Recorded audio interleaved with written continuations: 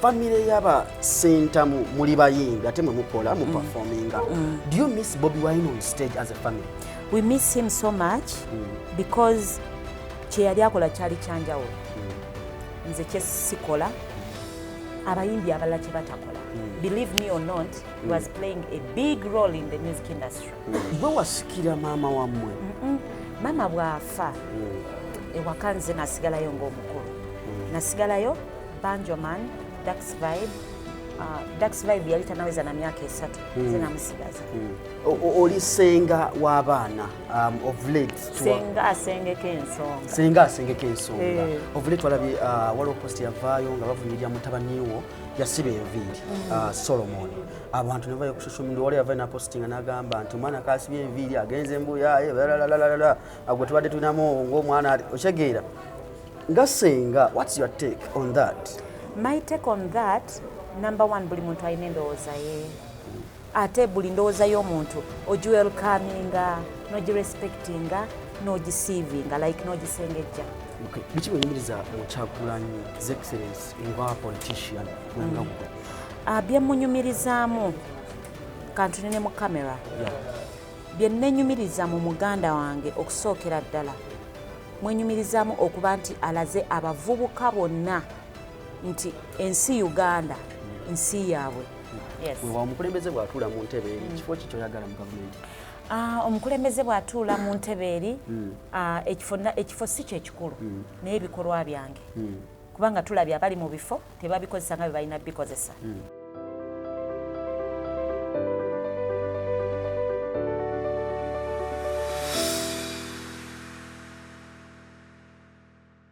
Kale ku Celebrity Track Extra UG ogamba otyo omulungi gwe atulaba tugoberera n'okubanga tutambula naawe. Nkutegeeza nti show ya leero eri proud sponsored by GICC LLC Services Dubai DXB gye twabadde of late ensonga zatambudde bulungi nnyo. Gwe munnayuganda yagala ogenda okulambulako mu UAE, Sharjah, Alain, Abu Dhabi okulaba ku by'obulambuzi ebirungi eby'amaanyi ebiri mu UAE. Wegatte ku bannaffe ba GICC hotel booking, airport pickups, air ticketing, visa processing. Ojja kuba bakuyambako bulungi nnyo okulabika nti ogendako mu UAE. Namba y'essimu yeri wansi awo mu kabox akaliko GICC bakubireko obanoonyeeko muganda wange batugoberera. Tulina ne tuwa mu mwezi ogw'okunanzirayo njagala gende n'abantu nga bana batano tutambulemuko mu UAE, tutambule mu ddungu ntwaleko mu desert safari olabwe kitambula kitya. Nina kyali wange promoter agambye ekintu kino njagala tutambule ffenna era tujja tutambula ffenna. For the first time ku katebe nina omukyala Irene Kayemba from the Sentamu family. Olunaku olwaleero alina akayimba akapya kagenda okubanga premieringa bakayita Property.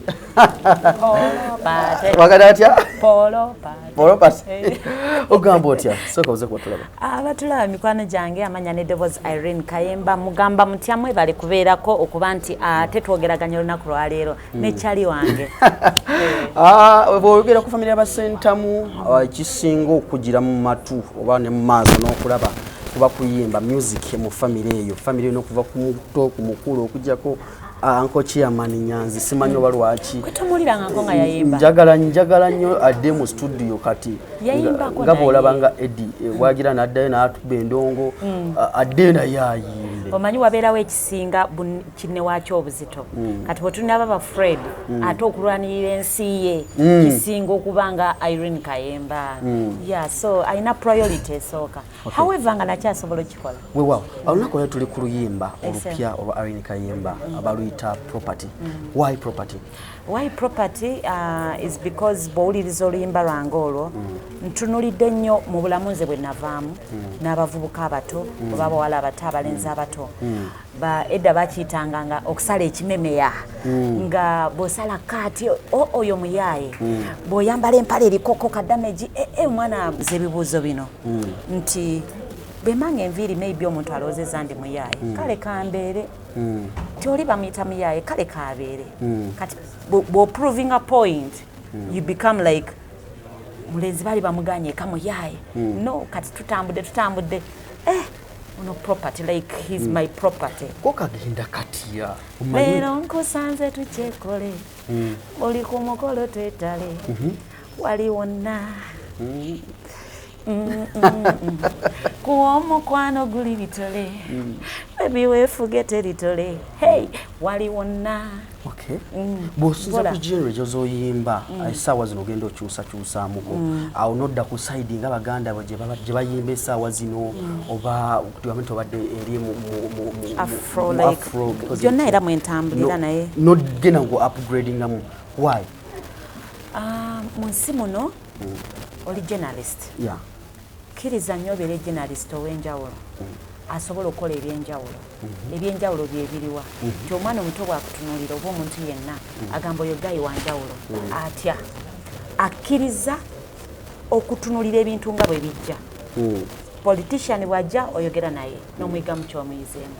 Irene Kayemba n'omuyigamu ky'omuyizeemu. Lwaki nkuwadde ka story akakatini iza Irene Kayemba yayimba oli musajja ki woman zonna engeri gye zitambulamu tezitambula nga property. Njagala nnyo abantu bange banfuneko ekyo nti Irene twali tumumanyi ayimba ngoma ŋŋanda ne Irene avudde yayimbye property. Kitegeeza nnyina kyendi ekyenjawulo kyenjagala okulaga abantu nti bonna basobola okuba nakyo naye engeri gy'okifulumyamu. Property, ebinyuma, malayika, mulongo, mmere ya mutima zonna nyimba za njawulo naye zonna aziyimba alyoki. You can be versatile. Weewaawo tukulabye nga Kyagulanyi abaddewo ayimbye bamiki bayimbye mu kaseera kano w'oviiriddeyo Irene abasinga bali tebakkiriza nti oli muganda wa Bobi Wine. Mu kamera muno njagala omuntu atulaba ali diaspora batali mu Uganda baliwa beebuuza oyo wakumeka era yadda ku Bobi Wine mukulu wa Bobi Wine yadda kwani? Bagamba omukyala tayogera myaka gi. Yes. Bwe nyogera nti ndi mutowe nga mga ejije tukimanyi bwe ngaba nti ndi mukulu we nga mga ejije tukimanyi. Mikwano gyange amukulu oba honorable oba his excellency Bobi Wine Kyagulanyi Sentamu is my brother. Taata maama bebamu tukulidde wamu tuli bakyali. He's my good friend, a true friend. Tugambe nti gwe mu family yamu okuyimba banno wasanga bambata bayimbye obalaba abamu wasanga bayimba. Ndoza baba yawe yekaya wajijjawa ojijja ku bo oba gwe nawe wali agala bwagazi kuyimba. Bagamba mbulira goyita naye nkubulira empisa ze. Nze mu kutambula mu kuzaalibwa kwonna nzaalibwa nga ndaba music ewaka. Mama yali muyimbe mu kyaki, tata yagalanga nnyo music. Ndabye baba yawe ng'ayimba, ndabye Bobi Wine ng'ayimba, ndabye Dax Vibe ng'ayimba. So bwe nkuddizayo mbulira goyita naye nkubulira empisa ze. Olaba nti at least buli muntu nyina kye mufunyeeko mu kkubo mwayise nange mwendi mu kuyita. Wow. Music omusanze otya? Music musanze nga mulungi nnyo. Biki ebiwumbamu ebiwavu n'obukono ogamba nti wano naye kano kazibu naye wano n'olinya wano n'oyambuka ne bakuba enkokola kiri kitya? Mu bulamu bw'ensi eno buli w'onootunulira ebikko togenda kutambula kubanga ojja kuba otya okugwayo naye ng'olina kukola kintu eki kuyiiya ngeri gy'oyinza kuba nga togwayo. So ebikko bingi nnyo mu music n'ekyenzikiriza nti nyina kuyiiya ngeri kulaba nga sigwa mu bikko ebyo. Ebirungi bingi nnyo era nwana ku birungi ebiri mu music. Omanyiddwa ng'omukazi alina bizinensi zo olina emirimu gyo abantu bagamba olinamu kasenteko. Why music? Omuyimba kufunamu sente oba omuyimba gwe kusanyuka nga gwe omuntu? Kiri kyebusoose omukyala yesinge mukyala olina bizinensi zo? Alina bizinensi ze yes. Nekya sente ekyo kyongena kulwana nzifune oba ntya oba ntya. Weziri? Nyino zifuna. Wagoza anji? Weziri? Nsobola okubeera muno omutwalo. Nesatu. Naye njagala nkwate kakadde. Nga kange. Nako nja kafuna. Oba obutaano oba 10. So ekyanyingiza music ekisookera ddala mwagala ng'omuntu. Gwe nasoma. I did performing arts at Makerere University. Nenvaayo nentunya baganda bange bye bazze bakola like they inspire me more. Nti Irene oba wasoma music omwagala n'omwagala why not at this time okuba ng'okola music. Ate n'ekirala music is one way or it's the biggest or it's the simanyi na bwe nyinza kitaminga okuba ng'osobola okuyisaawo message yo abantu ne bagitegeera. Bwe nvaayo nenyimba nti oli musajja n'abaki atalina kisa n'otulugunyanga.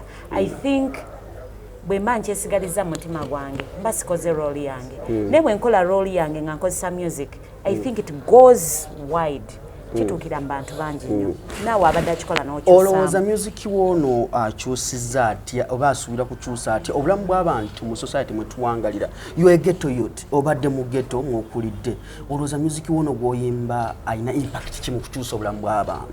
Alina impact nnene nnyo.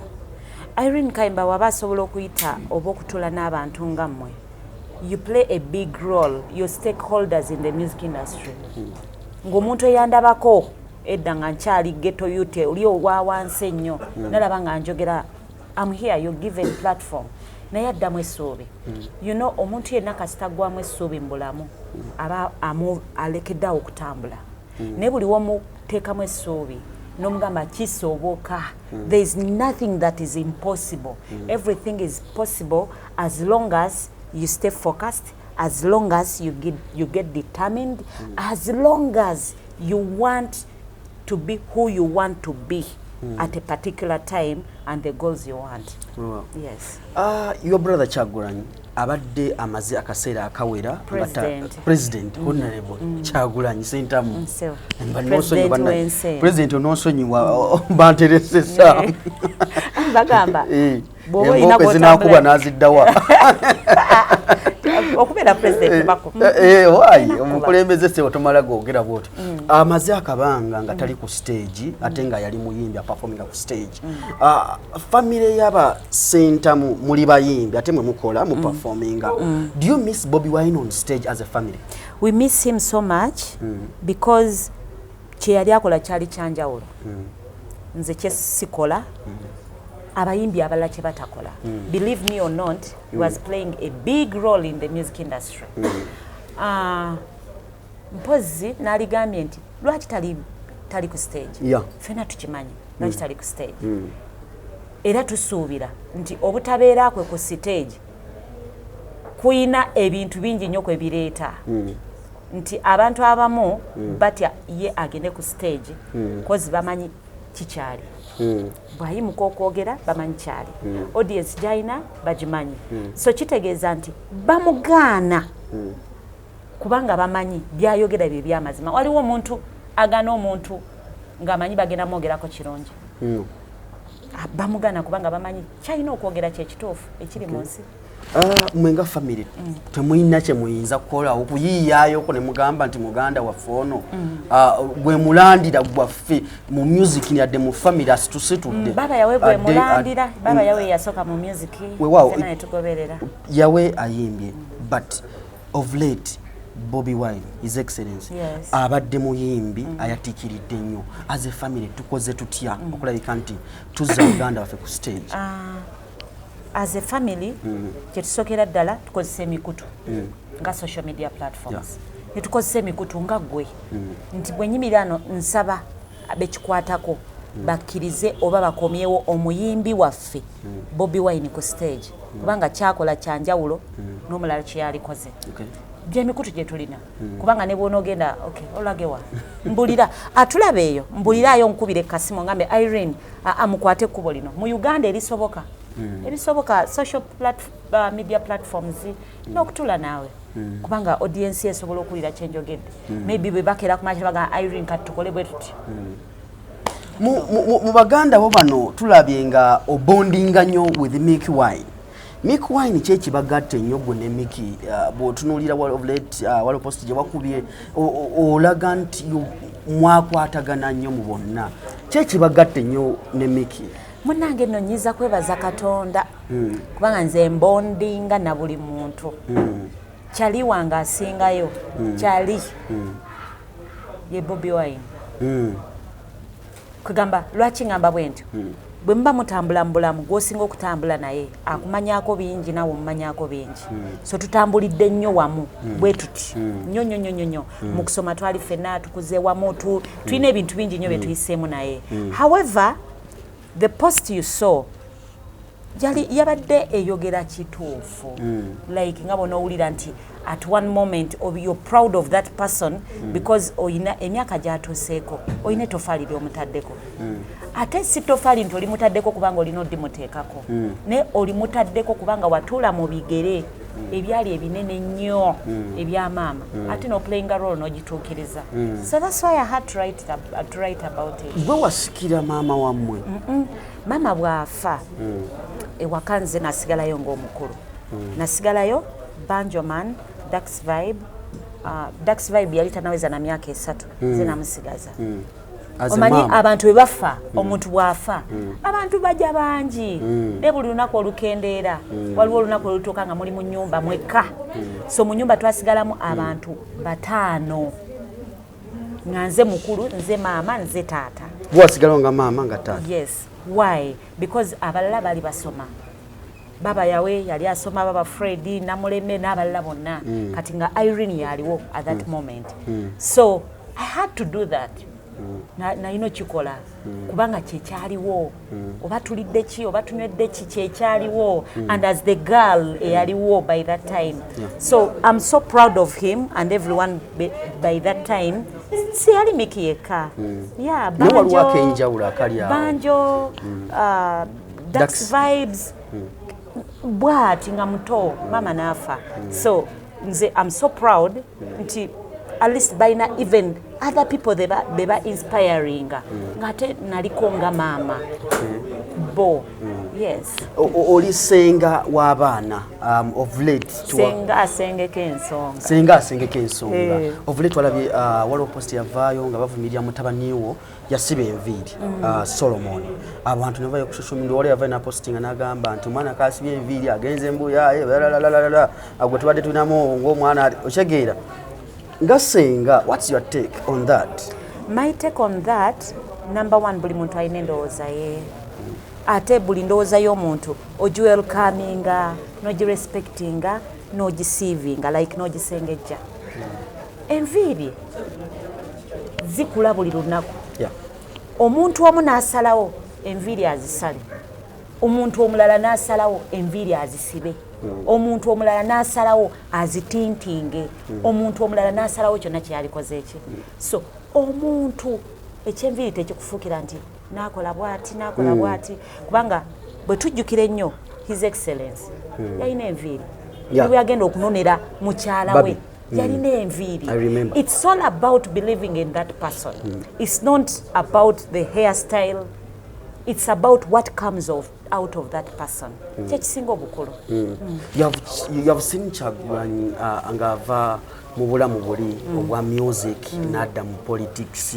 n'afuuka omukulembeze kati akulembera ensi eno ekyebuuzibwa biki by'olaba bikyuse ku Kyagulanyi oli owa music ne Kyagulanyi aze ku mukulembeze okwesimba owa politics gobaddewo ng'omulaba at least ebikyuse ekisookera ddala omwami oyo yali mbityebi muyimbi ate politician imagine that one person nga bw'agenda mu music abeera muyimbi ontegeera bw'agenda mu politics abeera politician the one who loves his country not the one who is there to use others okufuna kye bali yagadde okufuna so ebyo ebintu byanjawulo era kyenyiza ogamba nti kiyalwana oba mutima gwe kyalina gold kubulirayo akantu kamu mwe mulaba kya mukulu Kyagulanyi oba Bobi Wine his excellence he's a genius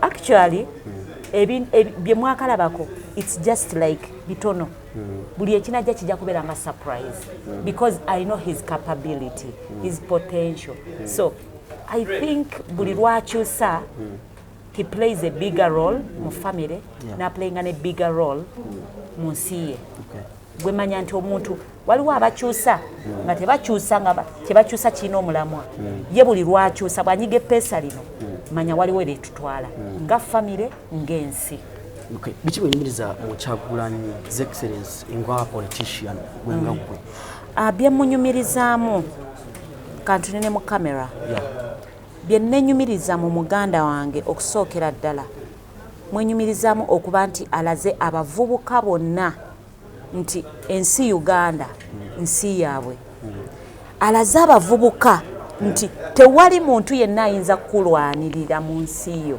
okujjako gwe. President alaze abavubuka nti teri ayinza kujja mu bunnya okujjako nga gwe wejjemu mbonya. Ebyo byonna byonna tabiraze nga abyogera bwogezi, abiraze practically. Nakulaga nti nvudde mu buyimbi ngenze mu bukulembeze obusobola otwala ensi mu maaso so buzze mabega. Ekyo practically. Nakulaga nti bw'oba oyagala okubeera kikyoli olina kubeera determined. Ojja funa empiso eno ofune embooka eri ofune ki but you keep moving. Exceptional. Of late wafunawo abakwatakinga yali police oba maje wapostela posting etambula nogamba abantu bambadde ebyambalo bya security organs bakutte migemera wala balina amajambia kye kyatuukawo obuzibu ki ekyatuukawo ekituufu bajja kyekyo volaba nti wali ebuziza nti ate pikipiki ze nalaba nga ziriko number police za number police twabuzabuzibwa ekituufu bajja they were having guns, they were having pangas, and that was something buli muntu kyeyewoonya. Bw'oba oyina emmundu ate ekiso bw'oba oyina emmundu ate ekiso oyagala kyaki, so byonna biconfusinga babayita n'obuuza ate ayina ekiso ate ayina emmundu. It happened, baaliwo bajja, good enough, nothing happened. Like, yes, of course it is traumatizing because you ask yourself lwaki bajja baali baagala ki oba ontegeera situation yeyo.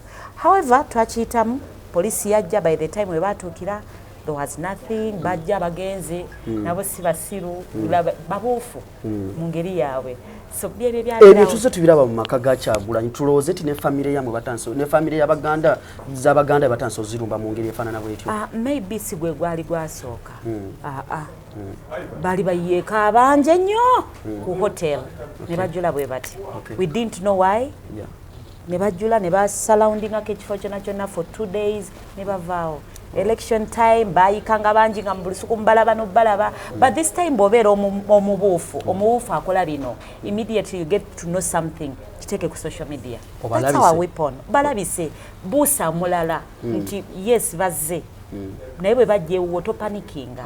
Take a step. Okay, nga tumaliza music wa Irene bamujjawa like mwetazo mufune sawa zino social media handles waizo musanga. Mikwano jange abatulabeyo Irene Kayemba music we yena social media platforms jali YouTube ne property jali ne nyimbe ndala woman yako kagenda olo party walo vase jivude mutwe ngakatandikao bagamba nakola bulungi nakuzibwa bulungi ndabika bulungi olw'empisa sikiriza bangi baneeyo n'abangi sabirwa n'abangi kati olabye abantu abaneeyunye babadde bangi because mamange yankuza bulungi nkuyisiza bubi. So bagambe social media handles Irene Kayemba, Facebook, YouTube, Twitter it's Irene Kayemba 9434. Mikwana jange nsaba mumpagire. Let's hit the bat together. Mwe munteekayo. Yes. Wa omukulembeze bw'atuula mu ntebe eri kifo kikyo yagala mu government. Omukulembeze bw'atuula mu ntebe eri ekifo si kyo ekikulu naye ebikolwa byange. Kubanga tulabye abali mu bifo tebabikozesa nga bwe balina bikozesa. Babikozesa kukola bikyamu. So nze saali tunuulidde ekifo naye naali tunuulidde biki bye naalikoze mu government. Nkola mu buyinza bwokka. Nakati nkola byenkola naye obuyinza maybe babu misusing. Okay. Ku celebrity track bwe tutambudde olunaku lwaleero kyolina okukola kimu kusubscribing. Amutegeeza we are proud sponsored by GICC Services LLC Dubai. Bwe tusinziira kubanga tukuweereza ensonga zino gwe muganda wange genda olambuleko UAE visa processing, air ticket, hotel booking, kulambulako ebifo ebyenjawulo GICC bwolina okwesiga. Mbadde ne Irene Kayemba, a sister to His Excellency Honorable Kyagulanyi Ssentamu omubwati w'abantu. Ndabise mbere bulungi mweravu.